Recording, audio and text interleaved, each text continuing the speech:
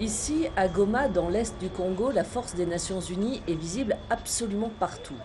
Un budget de 1,3 milliard de dollars par an et près de 20 000 hommes. Et malgré cet impressionnant dispositif, la population est toujours victime de groupes armés.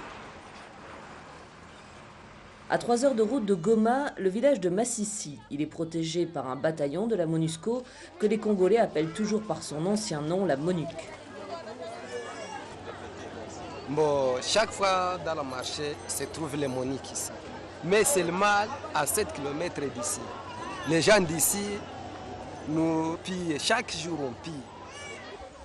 Plus à l'est, à Rougari, le commandant Singh dirige un bataillon indien, une centaine d'hommes, dont la principale activité est de parcourir la région à pied, par petits groupes, parfois jusqu'à 7 heures par jour.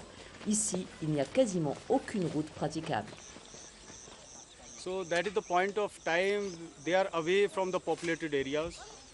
They are isolated, they are vulnerable. The terrain is very, very tough. It's hilly, mountainous, plus it has got a lot of forest. Now we do this farm patrol with a view to provide as a deterrent to any armed group or any bandit or any other civilian who is out to make any mischief.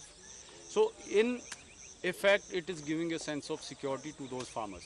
Pendant des heures, les soldats indiens marchent, souvent dans la boue, et vont régulièrement avec leurs traducteurs interroger les paysans.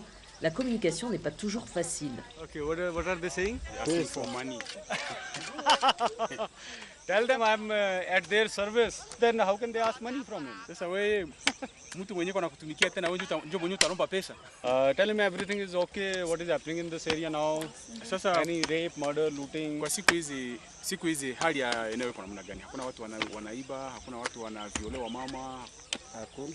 Right now there's nothing happening. Sous le feu des critiques, la MONUSCO essaie tant bien que mal d'expliquer ses échecs. Quand on compare le ratio de force qu'on a au Nord Kivu, si je vous donne le cas de l'Afghanistan, vous avez quelque chose comme 94 000 hommes de l'OTAN, bien formés, bien entraînés. C'est totalement différent de ce qu'il y a au Congo. Il y a beaucoup de troupes, mais c'est insuffisant par rapport à la nature du terrain, à la densité de la population et au climat.